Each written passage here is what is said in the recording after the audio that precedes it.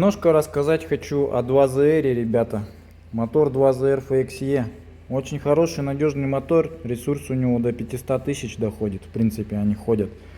Единственное, что могу сказать, что до такого ресурса они до 500 тысяч не доживают. А не доживают они только по той причине, что вы сами запускаете данные мотора. Вот.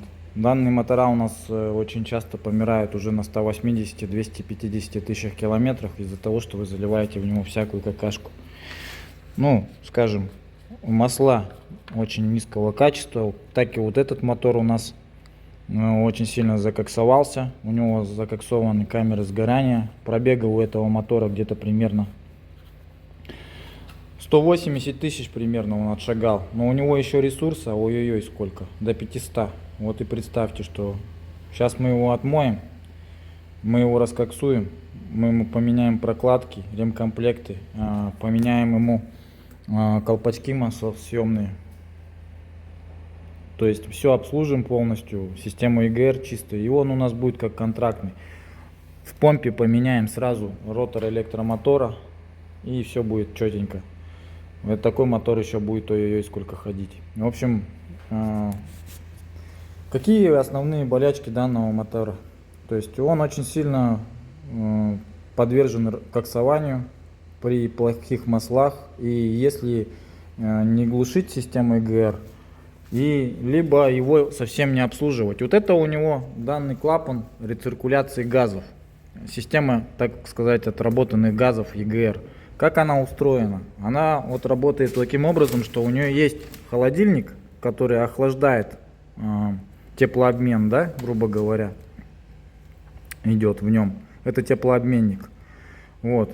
Газы отработанные, они, получается, таким образом работают, что часть газов выходит у вас в трубу, а часть газов по вот этой трубке возвращается обратно. И по этой трубке возвращаются газы, в которых содержатся еще горючие материалы. То есть, по сути, чтобы дожечь данные газы, он отправляет их в теплообменник. В теплообменнике они превращаются в жидкое составляющее за счет того, что это как вот типа вот самогонный аппарат, да, по сути. И он, можно сказать, фильтрует газы, превращает в жидкую среду.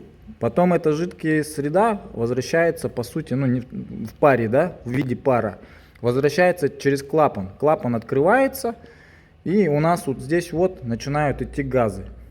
Газы поступают у нас непосредственно в коллектор, где смешивается у нас все с воздухом и отправляется в камеру сгорания на дожиг. Вот. Таким образом у нас и здесь поступает через форсунки топливная смесь, и часть смеси поступает, там процент небольшой, чуть-чуть совсем там, на дожиг туда в камеру сгорания. За счет этого двигатель экономит очень много бензина, вот, так как он в стопроцентном эквиваленте полностью дожигает ваши газы, да? А в атмосферу выходит чистый газ, чистый СО2. Вот. Как бы так. Ну, даже не СО2, а чистое, можно сказать, газ, в котором нет вредных веществ. Он весь выгорает. Таким образом, вот это так работает рециркуляция газов. Но если клапан перестает работать, и он перестает открываться, то двигатель, вот эти часть газов, которые туда идут, они не могут нормально пройти через вот этот канал, потому что он забитый. Либо трубка забивается, либо клапан закрытым остается. И все, эти газы они выходят в атмосферу. Таким образом, движка перестает экономить, и она очень сильно душится за счет этого. Вот. Происходит там вакуумация, и он даже при запуске, ему тяжело запуститься бывает. Бывает, что на холодную плохо работает. Бывает, клапан немножко разгрузится, чуть сработает, и уже ему полегче становится. Ну, в общем, двигатель работает уже неправильно. Таким образом, что вот эту систему рециркуляции газов надо, по сути, ее постоянно чистить. Раз в 30 тысяч надо открутить эту систему, почистить, помыть и обратно поставить, и все будет нормально. Вот. Но прикол такой, что с газами идут и все-таки у нас отработанные шлаки поступают прямо в двигатель, в камеру сгорания, поступают вот эти шлакоотложения. Это у нас от плохого бензина. Когда в бензине очень большое количество присадок, оно все как бы сюда идет, летит в двигатель, прям в поршня, в цилиндры. Все это начинает коксовать кольца компрессионные, маслосъемные. И потом идет масложор. Масложор, потеря мощности и все остальное. Ну и, конечно, там внутри, когда все загажено плохим маслом, да, когда масло горит, на них отлаживается на стенках слой, фазовращатели, все вот это вот, клапана, фаски клапанов, они как бы, все это дело, когда закоксовано, оно уже работает неправильно. Поэтому таким моторам нужна раскоксовка на 180 тысячах километров примерно. Это не, обязательная, можно сказать, процедура для таких двигателей. Мы ее делаем. Лучше заплатить за раскоксовку, чем покупать контрактный движок. Так как контрактный движок, он стоит 1080, плюс еще его поставить надо. Это надо залить в него масла, антифризы. Это все стоит денег. Прокладочки какие-то сразу, ремкомплекты поменять надо. Потому что контрактный двигатель, это не значит, что он придет к вам в новом состоянии. Там все равно надо кое-что менять, кое-что обслуживать. Форсунки даже элементарно надо снять, почистить. Поэтому я и говорю, что в принципе по этому двигателю нужно правильное, четкое обслуживание. И тогда будет все нормально. Вот. Это болезнь этих данных двигателей, что плохое масло, не своевременное обслуживание системы EGR, ну и все. И в принципе это все его убивает потихоньку. А еще бывает, что на нем начинают бежать сальники, ну, грубо говоря, эти маслосъемные колечки. Вот. Когда они начинают бежать, тогда уже все.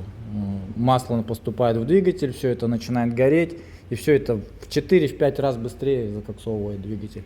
Вот он выходит из строя. Дроссельную заслонку надо чистить тоже с периодичностью 10-15 тысяч километров. Вот и все, в принципе, обслуживание. Форсунки тоже мы чистим на нем. Вот рампа снимается, форсунки на стенд. Форсунки на нем установлены керамические. В ультразвуковой ванне просто их мыть нельзя. Вот. Их надо мыть специально, либо в кавитационном режиме, либо, мы в принципе знаем, как их правильно чистить. Вот. Так что, кому надо, обращайтесь. Данные двигателя мы обслуживаем, и мы их знаем очень хорошо. Вот. Это сегодня такой маленький ликбез по двигателю 2ZR FXE. Да, еще забыл немножко, помпа. У них тоже очень частенько выходит из строя ротор помпы электромотора. Там пластиковый такой вращатель, на нем трещина образуется, и он начинает закусывать. Помпа не может набрать обороты и ловит перегревы. Вот. Когда вы ездите на убитой помпе, вы вплоть до того, что может повести эту головку ГБЦ. Потому что если он поймает этот движок перегрев, он тоже к перегреву не очень хорошо относится. То есть он не любит вообще этого. И потом начинаются проблемы с этими двигателями. А так он очень простой. Куча датчиков на нем есть. Вот, как бы датчики обычно у него не выходят из строя, все нормально работает. Как бы ничего такого тут нету. Кислородные датчики, вот они. Да, кислородный датчик, в принципе, на нем очень дорого стоит. Оригинальный до 25 тысяч рублей стоит датчик, если именно Ригу ставить. Китайские долго не ходят или вообще начинают моросить сразу. Вот. У него есть первый кислородный датчик, потом у него идет банка катализатора, это фильтр, который фильтрует газы. Потом после банки идет у него второй датчик, лямбда вторая. Вот. А вторую лямбду ее можно отшить, перевести машину на Евро-2, отшить ему клапан EGR. Можно, кстати, отшивать клапан EGR, но при отшивании клапана EGR нам надо обязательно здесь поставить перегородку. То есть за место прокладки проходной с отверстием вырезается с жестянки, с толстого какого-то, глушечка, да. Она обычно либо вот здесь вот ставится, вообще она ставится вот здесь. вот в этом месте, либо вот в этом месте. Разницы особо нет. Ну, обычно ее ставят, по-моему, вот в этом месте. Вот, и все.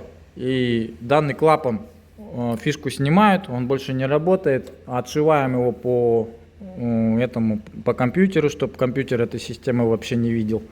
И все, и таким образом машина ездит. Многие ездят на заглушенном системе EGR, и это, в принципе, тоже полезно. Я считаю, что, в принципе, это помогает. Потому что уже газы, вот эти вот шлаки, все не идут в двигатель, они уже меньше коксуют его. Вот. Ну и, конечно, двигатель меняет, ну, теряет немножко в мощности, но тем не менее это очень полезно для его срока службы. И когда этот двигатель за ним обслуживаешь, все нормально по регламенту делается, этот двигатель ходит 500 тысяч километров. Все.